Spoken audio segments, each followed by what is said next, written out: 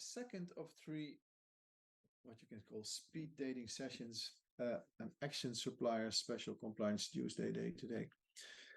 According to my colleague Saskia, I was speed talking on the food contact material session, but 30 minutes on food contact material, it's quite extensive. This is a part of a presentation that I did earlier, and I extended a little bit, which I can do in 15 minutes, but I will talk slowly with you, and then I'll extend it to 2025, and there can be some Q&A. The Digital Product Passport, DPP, is coming. It's a hot topic. A lot of questions been asked to us over the last months. What is it? What is concrete already there? How will it work? So I will take you a little bit on that journey.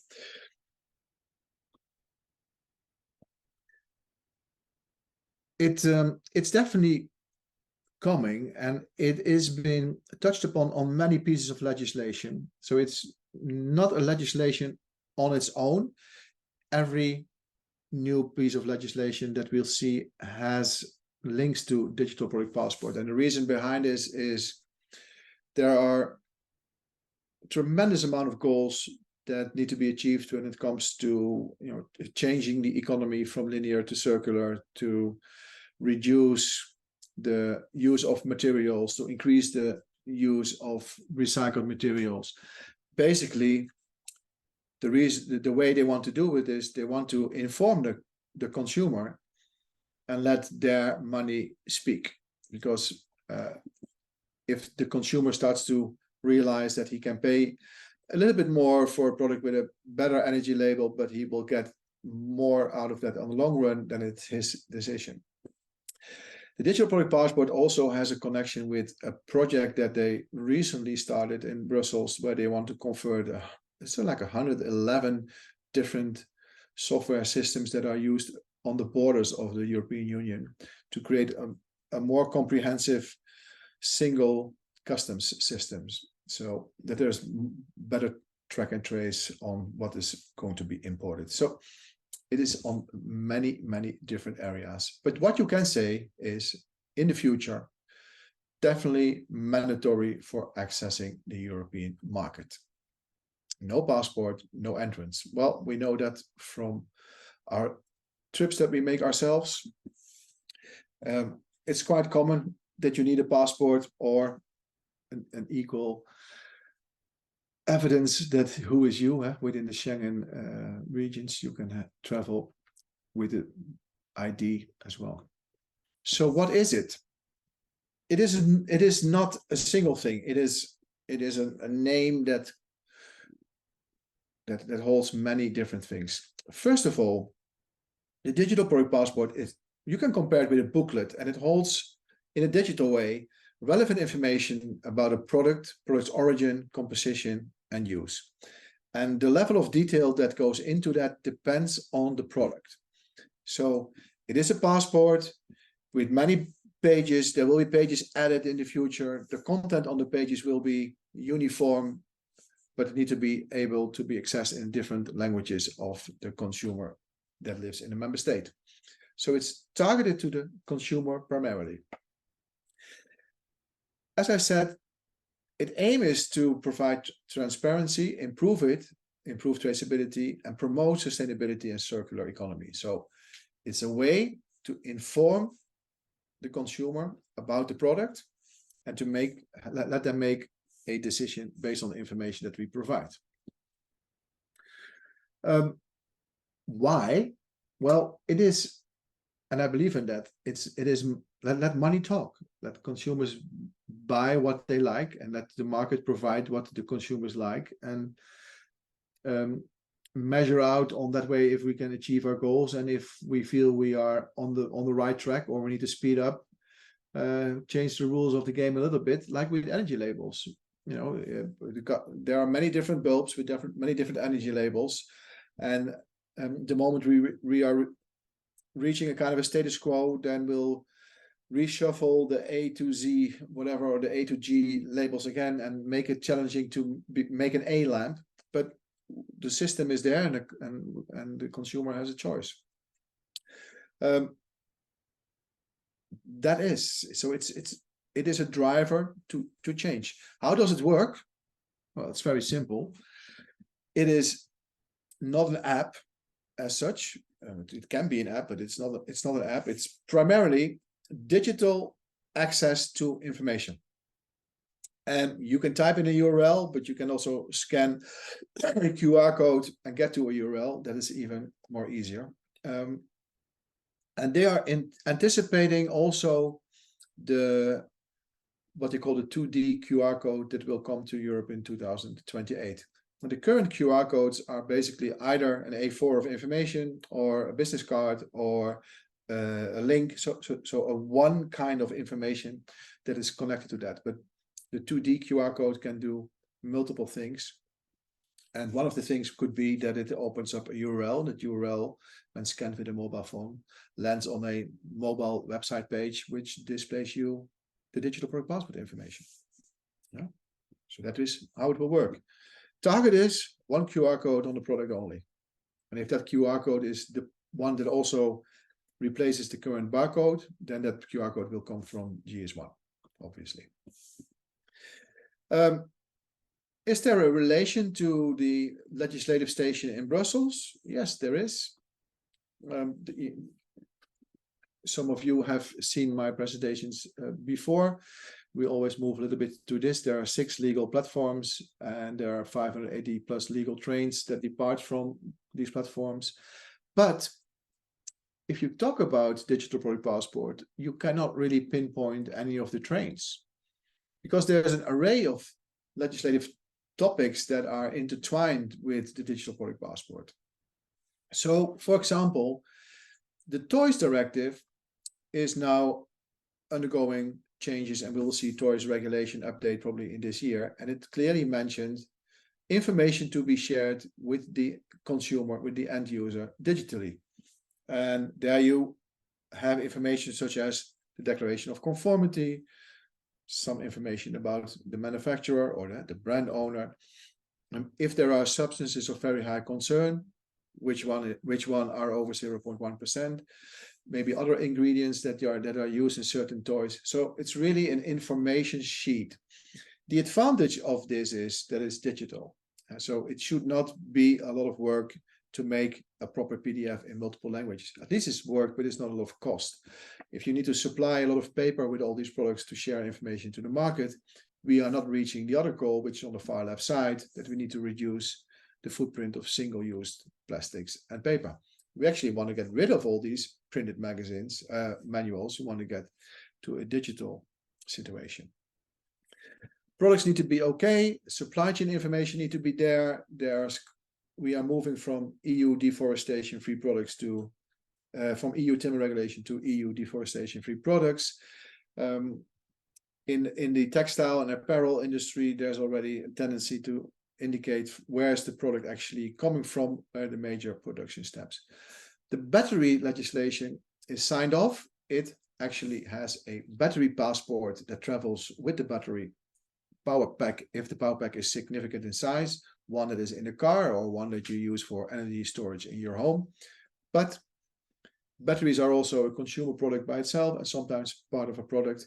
And there will be a kind of a performance label, you could say like an energy label for batteries that says this lithium battery is actually grade XYZ, because after a cycle of 50,000 times charging or 1,000 times charging or 2 times charging is still okay.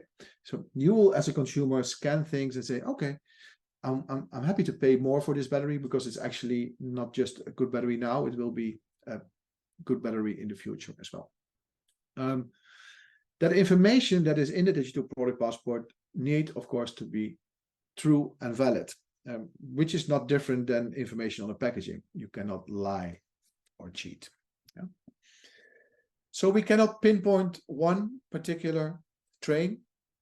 It is in multiple aspects. And that also means that the pages in that passport will be filled with information in the future. So if you want to build a system or you want to pick a system provider, it needs somebody that can maintain this platform as well.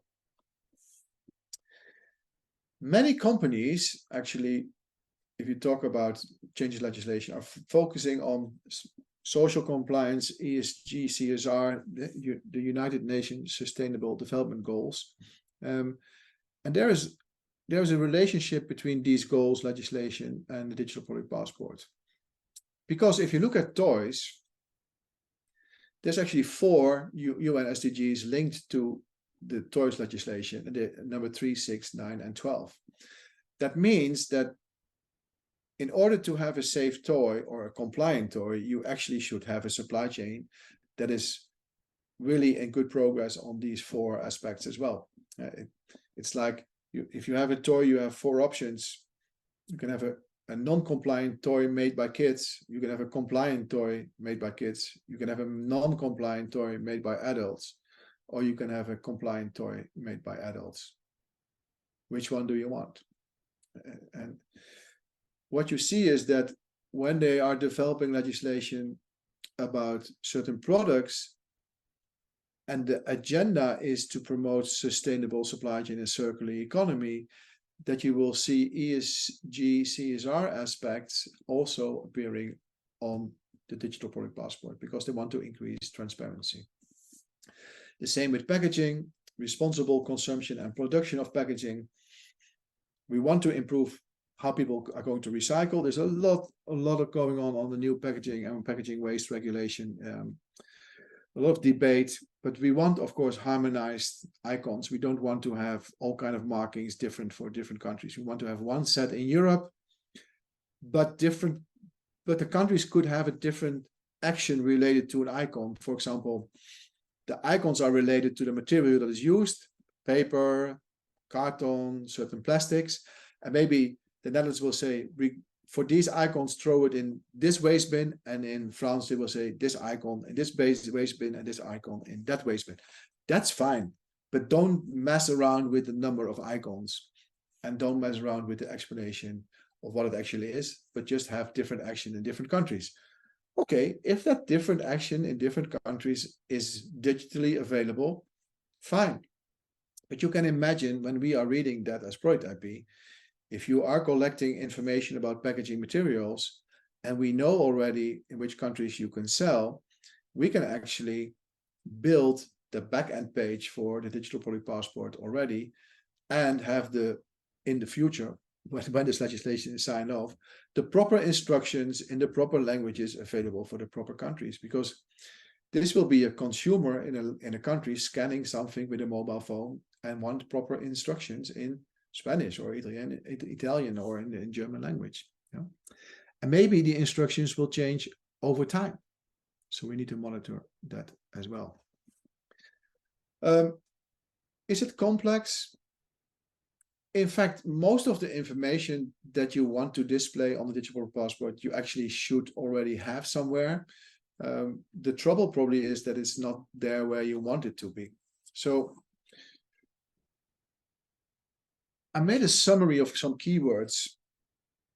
The digital product passport, the information that you need to have there, it needs to be available for 10 years.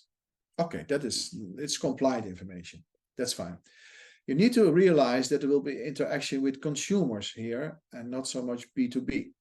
That is a different kind of usage that you maybe are not experienced with today. It's not the same as selling a product. This is another kind of interaction. Yeah. You need to support languages that of the member states that you expect the product to land up with. There will be mandatory fields, so you can build the digital product passport yourself. Yes, there will not be a generic register, but the fields will be mandatory. It's like you can participate with energy labels, yes, but you cannot make up the A, B, C, D, E, F labels by yourself. It needs to be comparable for the consumer, and that is the top right corner. The information needs to be accessible for search engines, and that makes it quite complex, because if you have information somewhere in a PDF, somewhere behind a firewall, somewhere on a laptop, somewhere in somebody's bag, that is not digital product passport. Yeah. You need to be able to maintain it, because the digital product passport will morph in time. There's not a version 1 and that is it. there will be version 1 and 2 and 3 and 4, because they will add legislation or modify existing legislation and incorporate more and more aspects that you need to share with the end user. So it's all about supply chain transparency.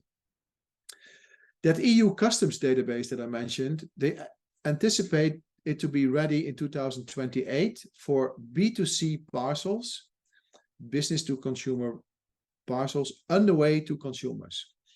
So they will put the pressure on non-EU entities targeting EU consumers first.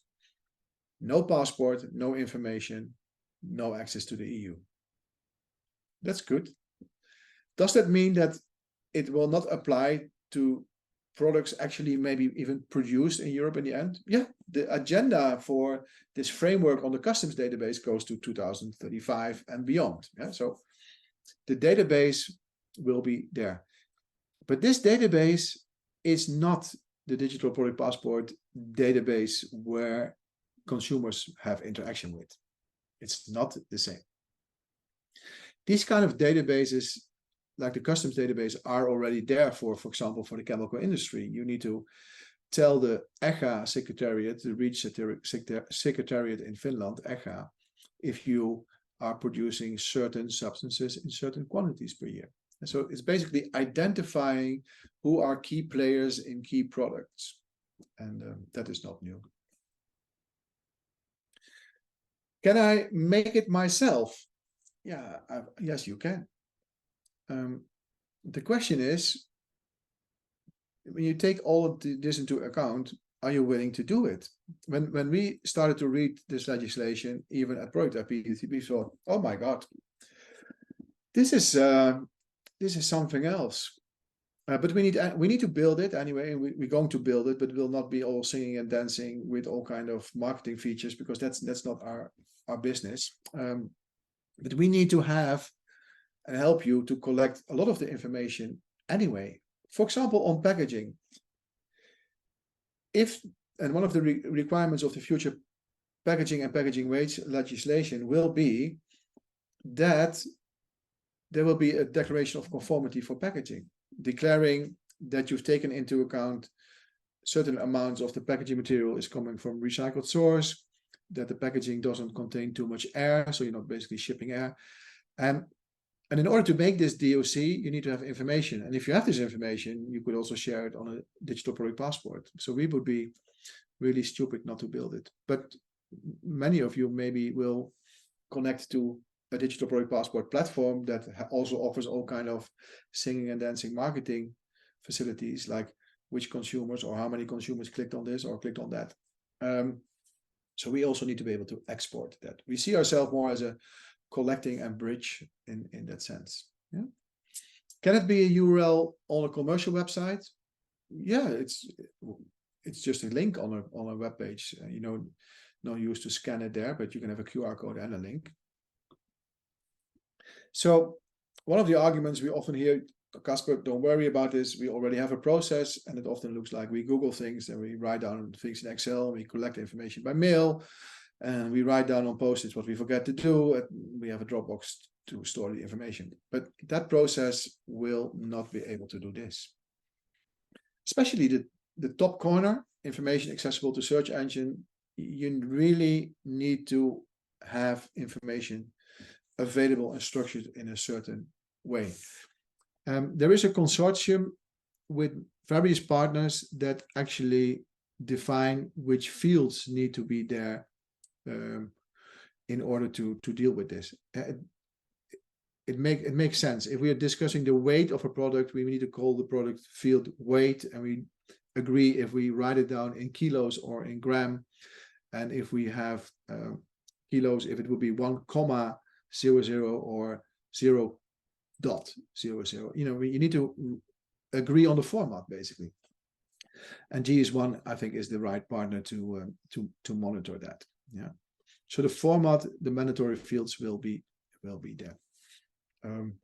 I don't see IT departments, even for large customers, read everything that is happening in Brussels and keep track and stay in sync with business as well. Because what if you have built your own digital product passport, and the commercial side of the business says, okay, we are now moving also in this product group. And in order to move into this product group, you need to extend the features of the digital product passport solution that you're already using, but it cannot. Yeah, it can, but it takes time. It takes 6 months to build or 9. So you cannot make a new marketing commercial extension decision in a product group because you're not digital product passport ready. That would be silly. And for us to be digital product passport ready, even if it's just a rudimentary one that can work, but is not all singing and dancing, but just has all the information, it's part of our scope. The scope is non-food consumer products. So we need to be digital product passport ready, and we will follow the legislation and ensure that we are ready. So how ready are we there? Well, if you look at, there was some market research about the main problems that people see when you talk about digital product passport. You need to start to collect information, and this information is a lot more than you have collected before. And actually, ideally, you don't want to type it in. You don't want to get an email with a PDF and type it in. You want to get it from the source. In fact, you want to have that source type it in or deliver it in a database in the real format. Who are those ones that can deliver that format? That's at least start with your first tier suppliers. Who are they? And do you have the right up-to-date contacts and contracts with them? And do they know what your expectations are also in this aspect? Do you think that they are digitally savvy for the coming years?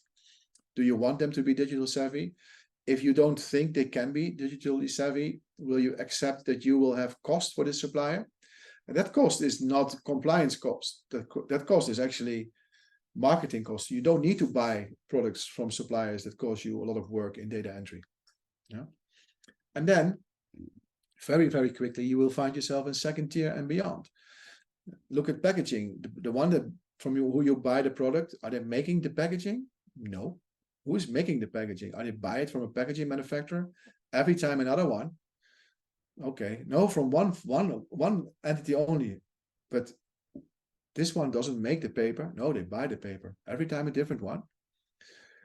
So you very, very quickly move into third tier, fourth tier, fifth tier.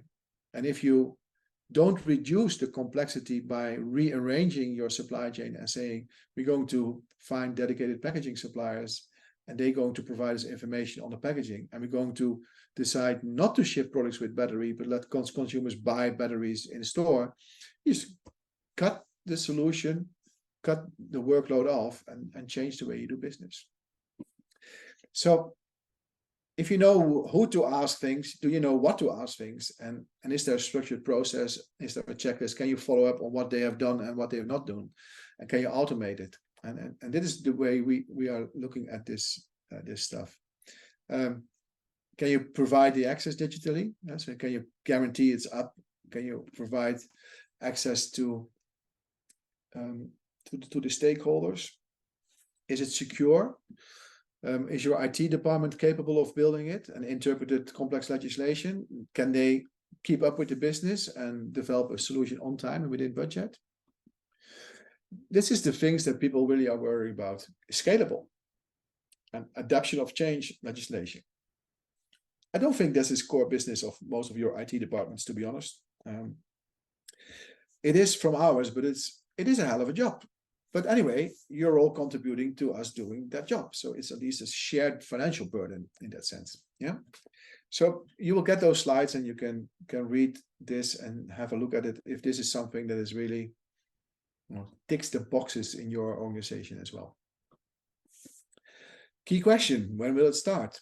Well, the legislation that really has been ticked all the boxes and is going to be activated in 2024 is the battery and battery waste legislation.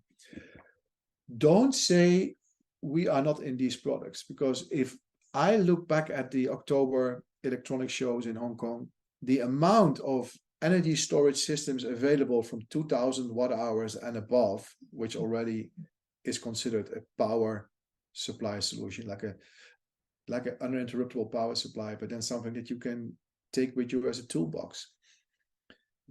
2 kilowatt more will already be required to have a battery passport. Battery passport is a digital product passport, but just with a page for the battery. Okay.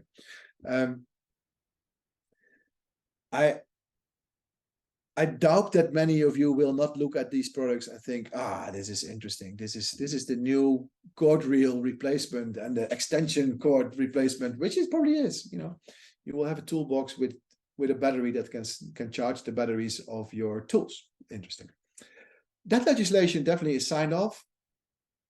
It will start. Period. The other one, which you may forget, is general product safety regulation. This one will require digital interaction with end users in the case of recalls and notification. Basically, you can read here, if I have a digital product passport, I actually could flag a product as being, attention, this product is being recalled. If you have it, please contact me here. Happy to send you a repair kit, etc., etc. Yeah, so it will be there. Then one that will have, in my eyes, the most impact first will be packaging and packaging waste, even though expecting sign of Q1, Q2. The agenda behind it is already massive, but if they will really incorporate the making of compliance DOCs, every product that you have has packaging. So then it doesn't really matter if toys are first or battery are first or clothing are first, because they all have packaging and every packaging element is considered packaging. Then this is also packaging waste. It's also food and feed. So not only non-food, don't forget, this agenda with the digital product passport is much broader than just the non-food scope. So think about you having to redo packaging, product labels, finding place for QR codes, linking to something somewhere. Wow. If that one has a transition period of 18 months or 24 months, we'll need every day of that and need to pick the first orders and then start to work on that. So you even will have dual systems in the beginning. Massive, massive. I expect toys to be signed off and have a transition period, but I think the toys information is not so complex for the toys industry. They will be happy to do that. But look at today, last week, and the mailing just went out with the session of last week's Compliance Tuesday, the French decree 2022-748, which is part of the complete waste and waste management legislation in France. Actually, you could say it's the first version of digital product passport. And it requires you to share information about how much recycled material is used, packaging waste, how to recycle this material, packaging waste. It has something for certain products about repairability, eco-design coming. You can say, I will do that just for France, but it's not forbidden to do it for other countries, as saying in Germany. These are the values that or the statements that we want to make for this product. And we followed the French decree 2022-748 in order to measure it. You know, as long as there's no national legislation blocking you, you could do it. So that would be an interesting exercise to start doing it for that market. So forget about digital product passport and how it should operate. The first layer is, I need to have information from who?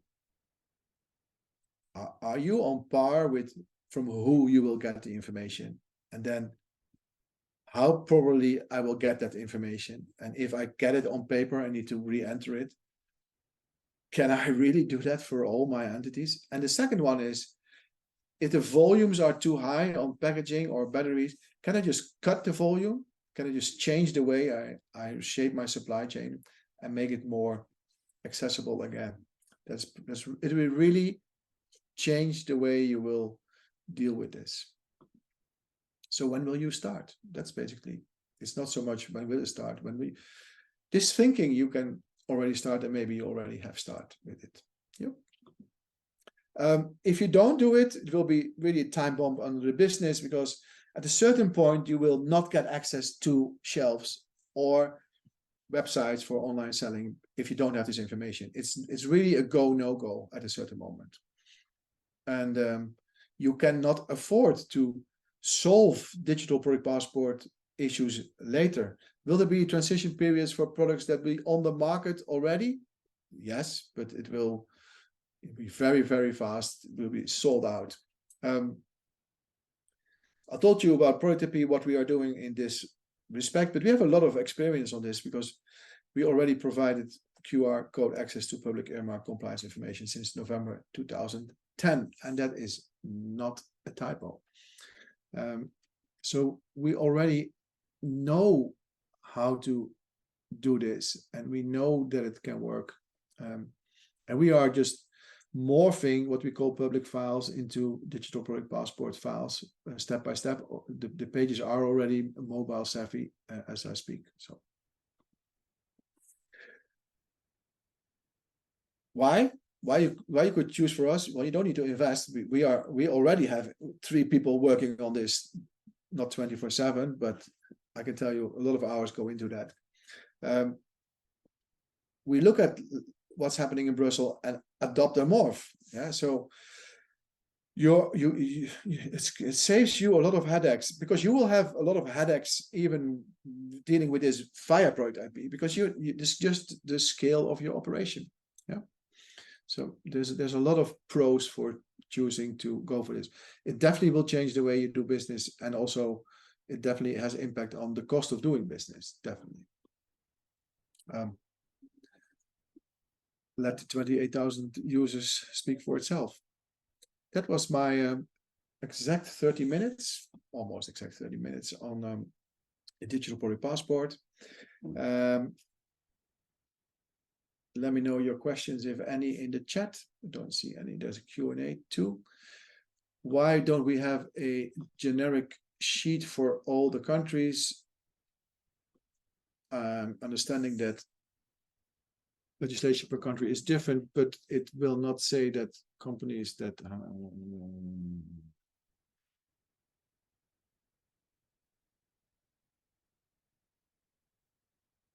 well, there will be. So the question is, why is the information not generic for all the EU member states? I think the level of information will be harmonized, the same for all the EU member states. That's definitely what they strive for, because it doesn't make sense to add new markings simply because you want to sell the product in a different country. You have languages to deal with. So if you move from languages to icons, then you don't need to translate an icon to the other country, but you will need to offer the meaning of the icon digitally. But that translation can be done one-to-many. Translate it one time, make it available, just keep it explained. So you cannot take away that there are different systems in different countries, different processes with respect to the recycling of product. And so, but if the instruction how to recycle the product will be provided digitally, then I don't feel that that's really a burden. You don't need to change the product as such. So this is not about changing the product. I see that more and more product and packaging can be universal all across Europe. Harmonization, scale of the market is definitely something that they have in mind. Otherwise, you have many small circular economies, and that doesn't work. Yeah. So for ProductIP, if you make a file and you select the countries, we will know how to explain to the consumer in those countries what the information that you have collected for your ProductIP actually means to them.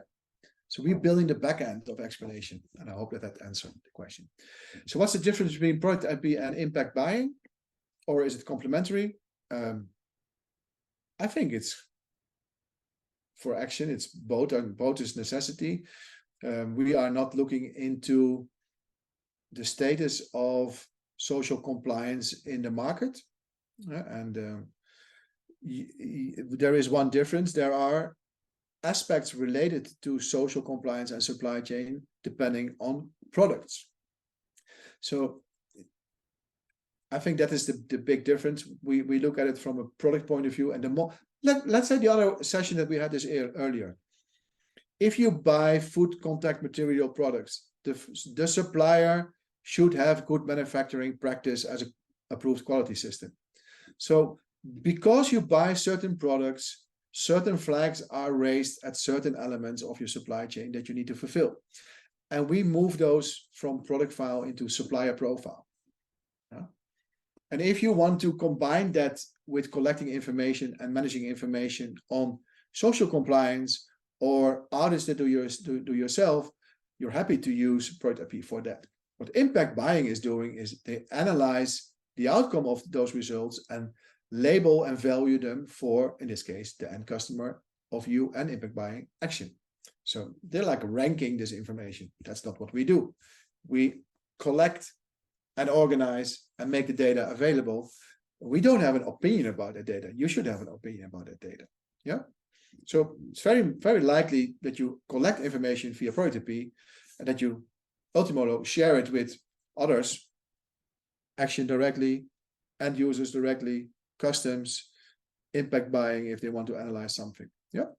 We are at different stages of that supply chain. I hope this question is answered that. Okay, I'll leave you to it because I have 10 minutes for my last and final session, and I might see you there again. Thank you for joining me here. Wish you a great day. Bye-bye.